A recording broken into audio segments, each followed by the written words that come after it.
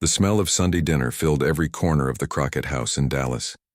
It was the kind of home-cooked meal that could make anyone forget their troubles. Roast beef, mashed potatoes, green beans, and cornbread that was still warm from the oven. The family had been gathering like this every Sunday for as long as anyone could remember. Jasmine Crockett pulled into the driveway of her childhood home, feeling the familiar comfort of coming back to where it all started. Even though she was now a congresswoman with a busy schedule in Washington, Sunday dinner with family was sacred. Nothing could keep her away from her mother's cooking and the warmth of being surrounded by people who knew her before she became a public figure. The house buzzed with conversation as relatives filled the dining room. Aunts, uncles, cousins, and grandchildren all gathered around the old wooden table that had seen decades of family celebrations. This table had witnessed birthday parties, graduation announcements, wedding plans, and countless ordinary moments that make up a family's history.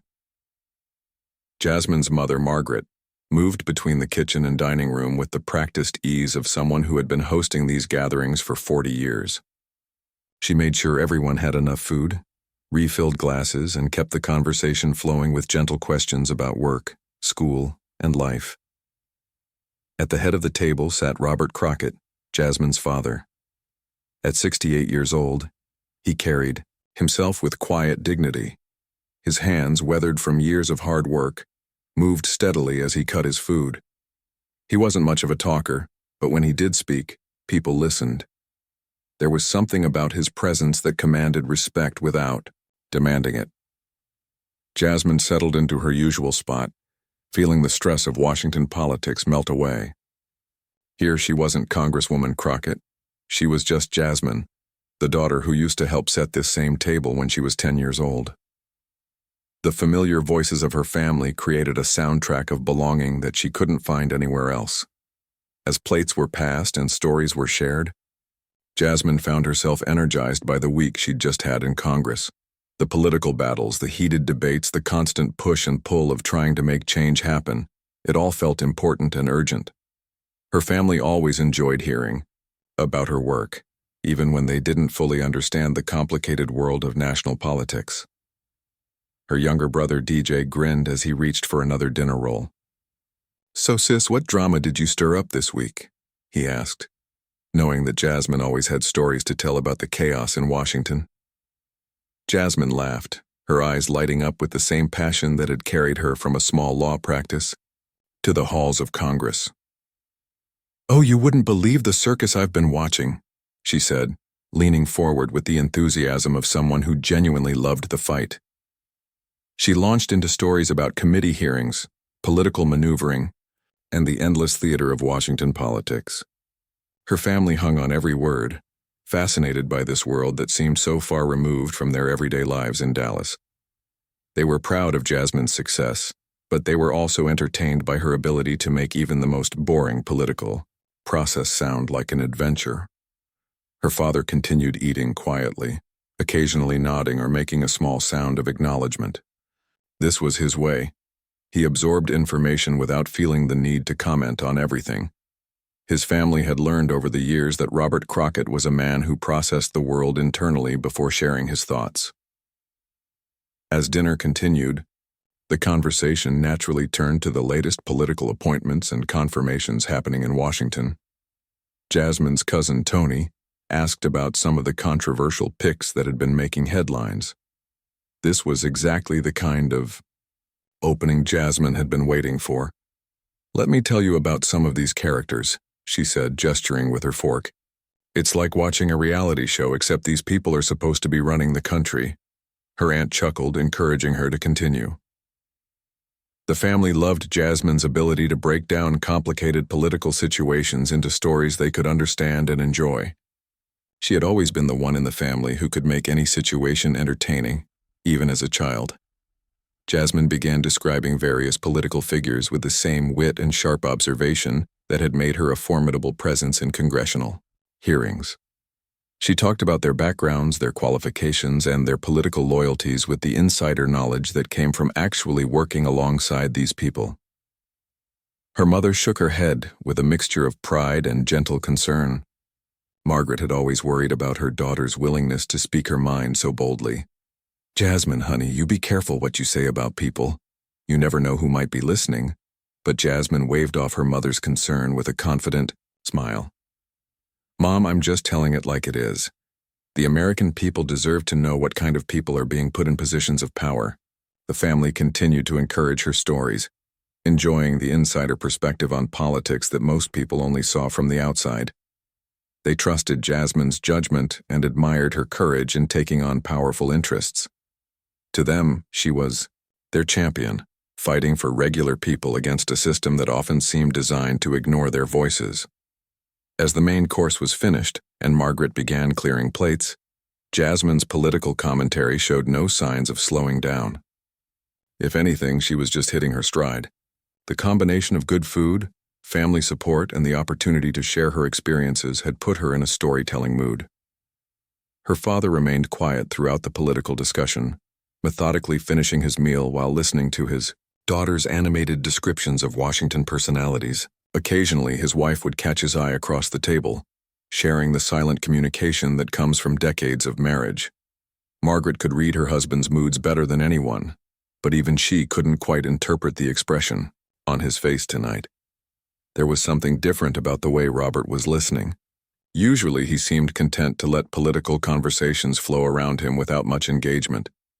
But tonight, there was an intensity to his attention that was almost imperceptible unless you knew him well. As dessert was served, Margaret's famous peach cobbler that had been requested by 3 generations of family members, Jasmine continued her political analysis. The evening had taken on the comfortable rhythm of family gatherings everywhere: good food, familiar faces, and the freedom to speak without worrying about political correctness or public image. This was home. This was safety. This was the place where Jasmine could let her guard down and simply be herself, surrounded by people who had loved her long before she had any political power or public recognition. But sometimes, even in the safest places, we can step into territory we don't recognize. Sometimes the people we think we know best still have stories we've never heard. And sometimes, a casual conversation over Sunday dinner can reveal truths that change everything we thought we understood about our own family history. The evening was about to take a turn that none of them could have predicted. The peach cobbler was everything the family had been waiting for. Margaret's recipe was legendary in their neighborhood, passed down from her grandmother and perfected over decades of Sunday dinners. The sweet smell of cinnamon and brown sugar filled the air as she served generous portions to everyone around the table. Jasmine took her first bite and closed her eyes with satisfaction. "Mom, I swear this gets better every time," she said, earning a proud smile from Margaret. "I've been to fancy restaurants in Washington that charge $50 for dessert, and none of them come close to this." The compliment about her cooking seemed to energize Margaret, and she began sharing stories about learning the recipe as a young bride. The family settled into the comfortable rhythm of dessert conversation, slower, more relaxed, with the satisfaction that comes from a good meal shared with people you love. But Jasmine's mind was still buzzing with the political energy she'd brought home from Washington. The week had been particularly intense, filled with confirmation hearings and political drama that she found both frustrating and fascinating. She couldn't help but continue her commentary, even as she enjoyed her mother's cobbler. "You know what really gets me," she said, pointing her spoon for emphasis, "is how some of these political appointments are just pure loyalty tests. It's not about qualifications or experience. It's about who can prove they're the most devoted to the boss." Her cousin Tony nodded thoughtfully. "That's always been politics, though, hasn't it? People reward their friends?" "Sure, but there's a difference between rewarding competent friends and just picking whoever tells you what you want to hear," Jasmine replied, her voice gaining the passionate edge that had made her effective in congressional debates. "Some of these people have no business being anywhere near the positions they're being offered." Her brother DJ laughed and shook his head. "I'm glad I just fix cars for a living. At least when I mess up, nobody writes newspaper articles about it." This got a chuckle from everyone at the table, including Robert, who allowed himself a small smile at his son's joke. But as the laughter died down, Jasmine was already moving on to her next target. "Take this Kash Patel guy, for example," she said. her tone shifting to something that sounded more like performance than conversation. Trump's pick for FBI director. This man acts like he's some kind of master spy, like he single-handedly saved America from all its enemies. She paused to take another bite of cobbler, but her mind was clearly organizing her thoughts for a longer critique. The family had seen this before. When Jasmine got passionate about a political topic, she could hold the floor for quite a while. The way he carries himself in interviews, you'd think he was the hero of every major national security operation of the last decade. She continued, gesturing dramatically. But what has he actually accomplished? What has he done that qualifies him to run the FBI? Her aunt nodded approvingly. You tell us, honey.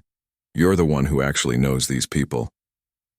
This encouragement was exactly what Jasmine needed to really get started.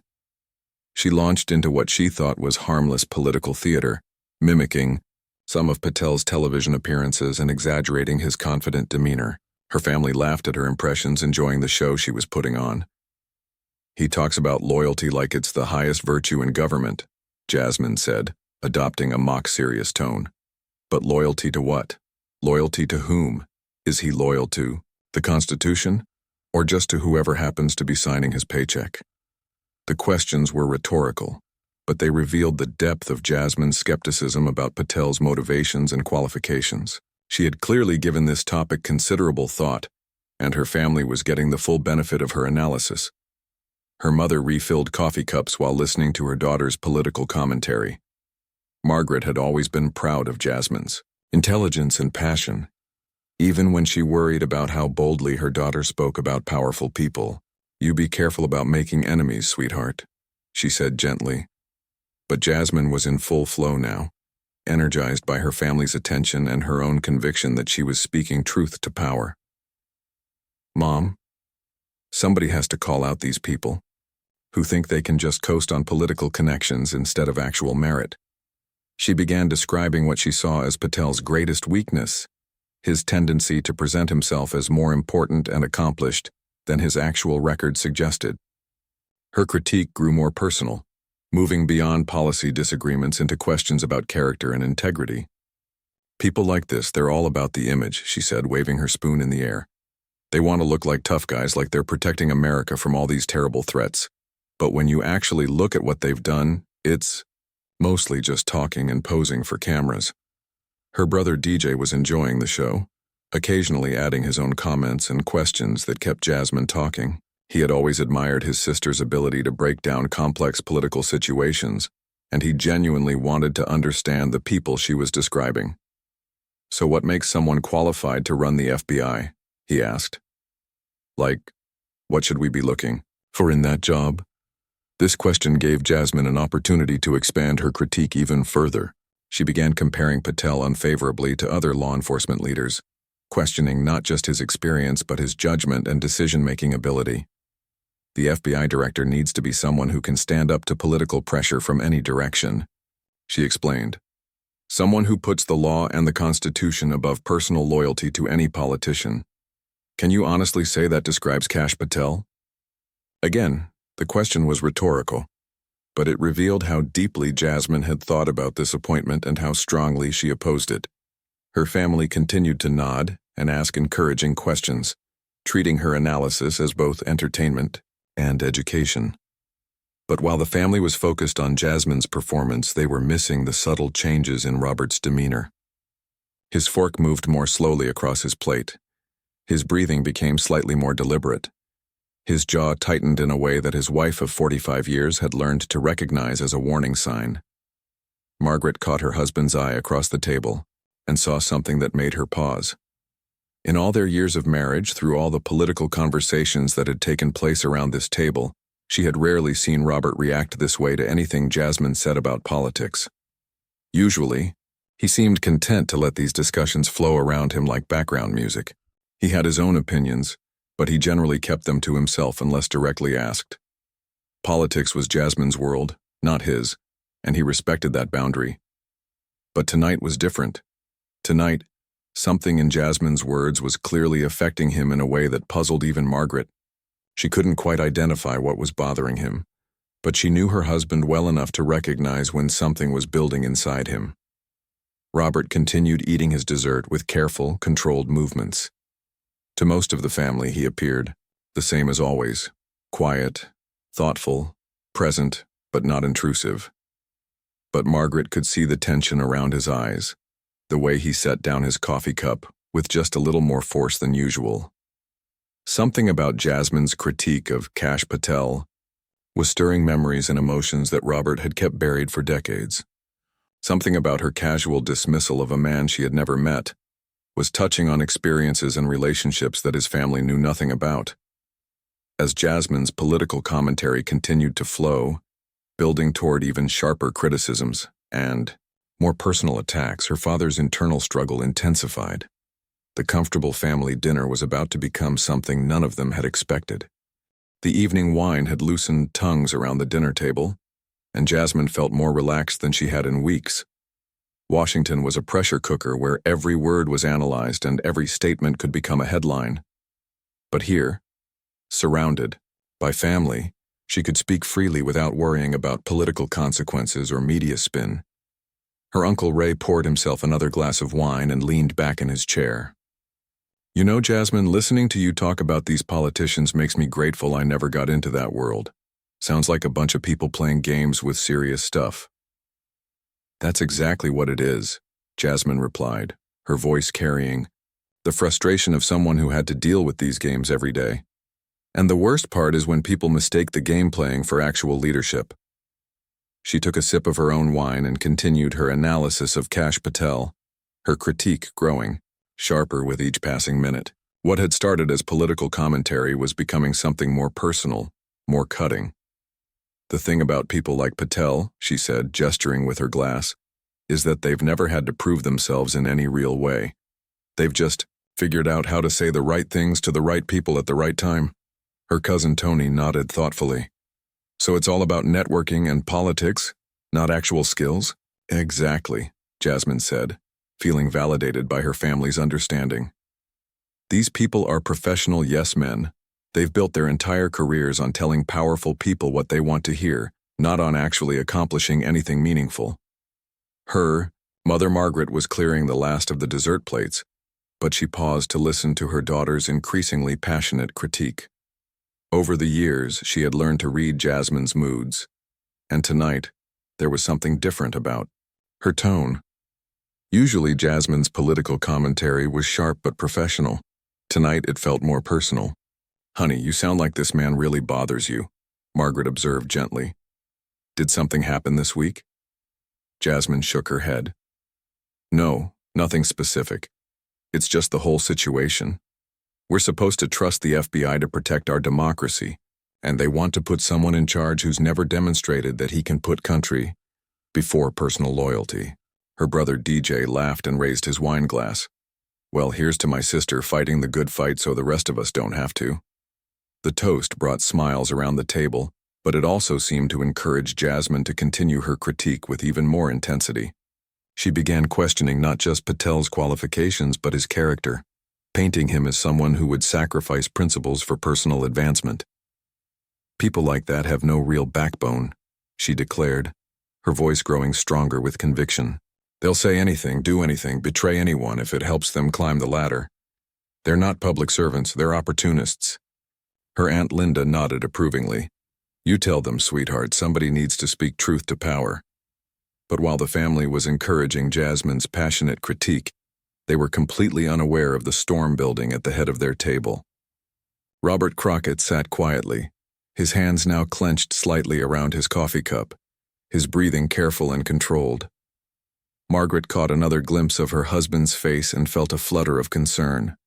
In 45 years of marriage, she had seen Robert angry perhaps 3 times. He was a man who processed emotions internally, who thought before he spoke, who rarely let his feelings show on his face. But tonight, something was different. There was a tension in his shoulders that she hadn't seen in years. His jaw was set in a way that reminded her of the early days of their marriage, when he would sometimes wake up from nightmares he refused to discuss. Robert's mind was no longer focused on the family dinner happening around him. Instead, he was remembering things he had spent decades trying to forget. Images were flooding back, faces of young men who had died believing they were serving something greater than themselves. Memories of fear, courage, brotherhood, and loss that he had buried so deep that even his own family didn't know they existed. As Jasmine's critique grew more pointed, questioning Patel's integrity and suggesting that he was nothing more than a political puppet, Robert felt something breaking inside him. The careful walls he had built around certain memories were starting to crumble. He thought about honor, about sacrifice, about the difference between judging someone's politics and attacking their character without knowing their story. And most painfully, he thought about promises he had made to a friend who never came home from war. His daughter's voice seemed to be coming from far away now, even though she was sitting just a few feet from him. She was describing Patel as someone who had never faced real danger, never made real sacrifices, never proven himself when it truly mattered. With each word, Robert felt the weight of memories he had carried alone for over 50 years. Memories of a young man who had risked everything for his friends. Memories of courage that had nothing to do with politics and everything to do with character. The family continued to encourage Jasmine's political theater, completely absorbed in her performance. Her uncle Ray was asking questions about congressional procedures. Her cousin Tony wanted to know more about how FBI appointments worked. Her brother DJ was making jokes about Washington politics, but Margaret kept stealing glances at her husband, increasingly worried about what she was seeing in his face. Robert looked like a man wrestling with something enormous, something that was threatening to overwhelm his usual calm control. She reached over and placed her hand gently on his arm, a silent question passing between them.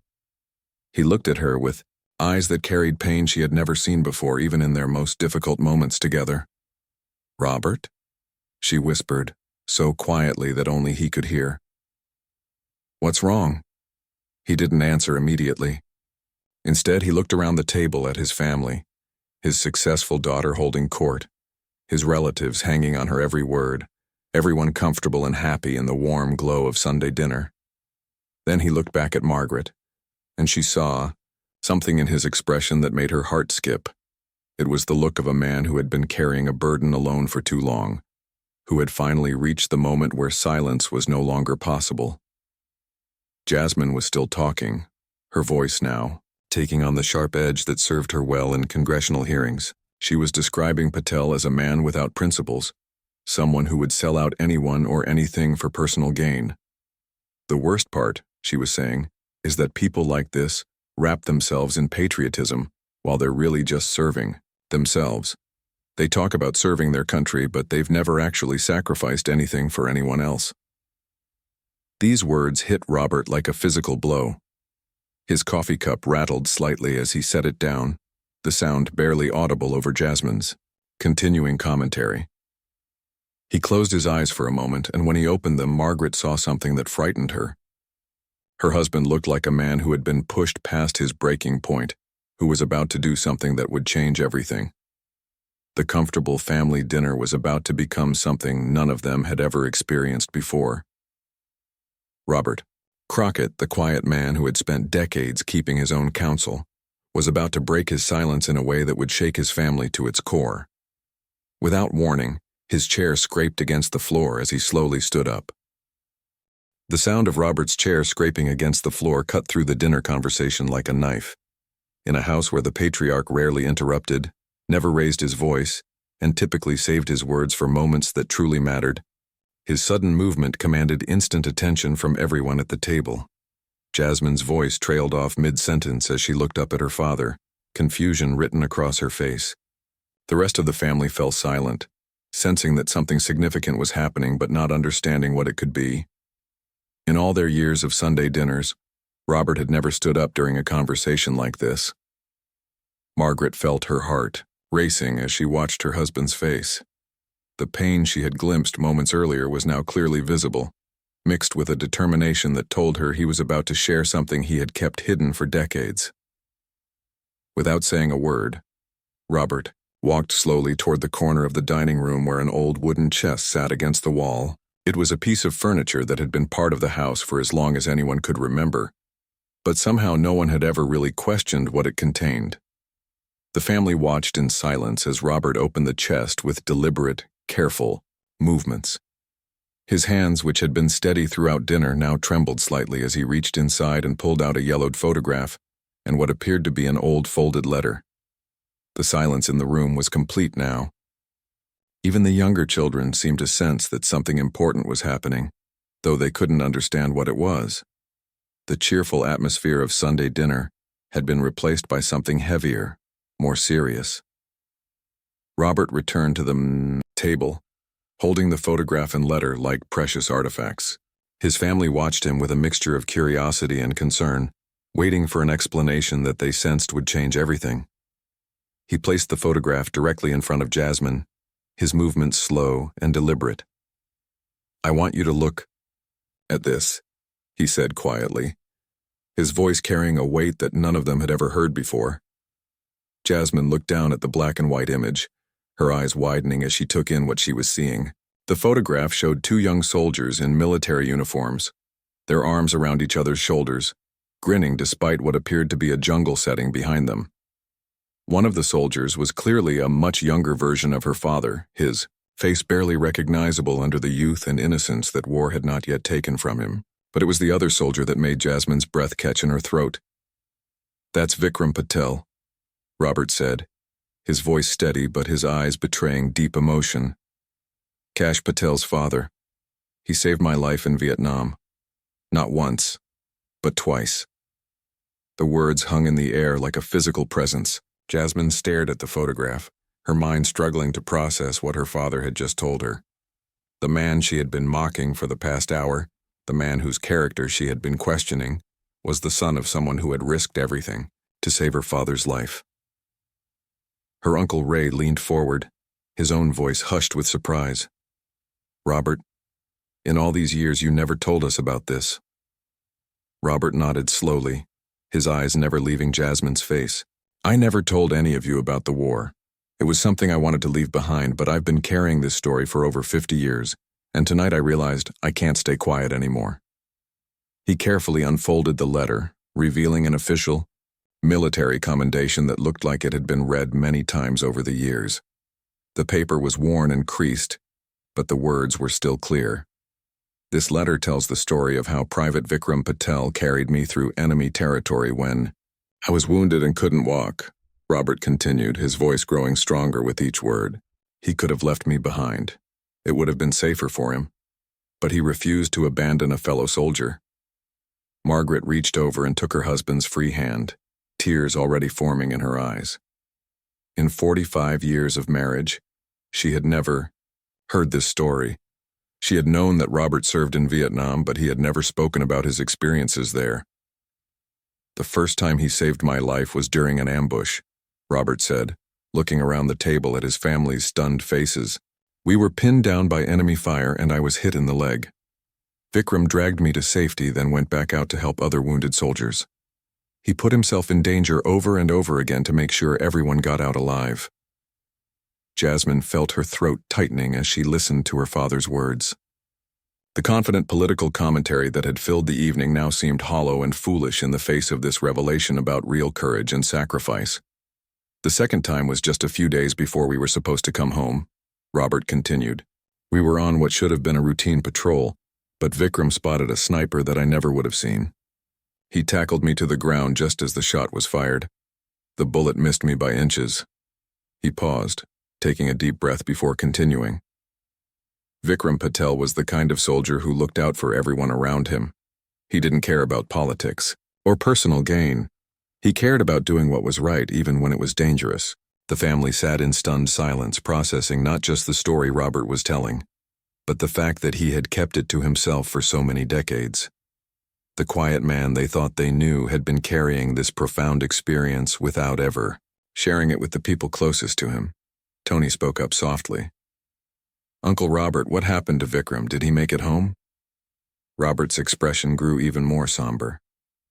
"Vikram died 3 days before we were scheduled to leave Vietnam. He was helping evacuate wounded soldiers from a helicopter landing zone when it came under attack. He could have taken cover, but he stayed to make sure everyone else got out. First, The weight of this revelation settled over the table like a heavy blanket. Jasmine felt tears streaming down her face as she realized the depth of her ignorance about both her father's history and the family background of the man she had been mocking. "I made a promise to Vikram before he died," Robert said, his voice breaking slightly for the first time.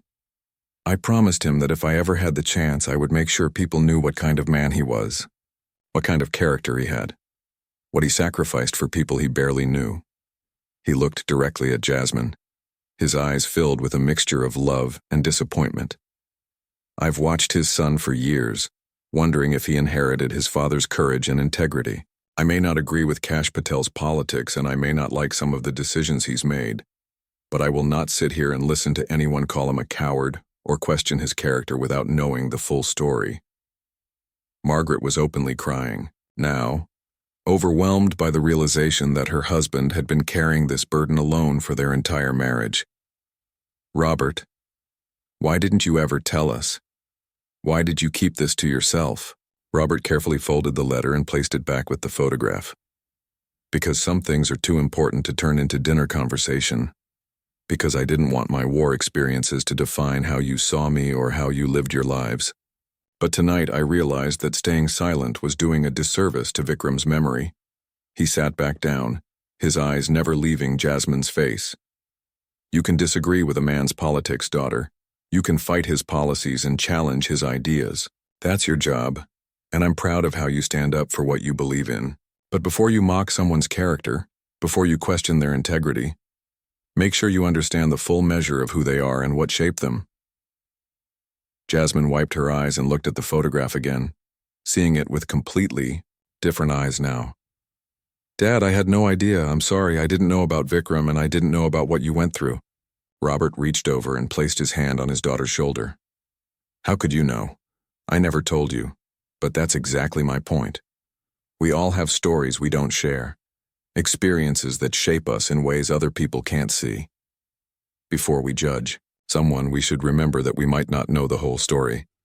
The evening ended quietly with far more reflection than laughter. As the family began to clean up and prepare to leave, each of them carried with them a new understanding of the man they thought they knew, and a deeper appreciation for the complexity of the people they encounter in life. Jasmine drove home that night with her father's words echoing in her mind, knowing that she would never again make assumptions about someone's character without considering the stories she might not know, the experiences that might have shaped them, and the sacrifices that might have defined their families long before she ever encountered them in the political arena.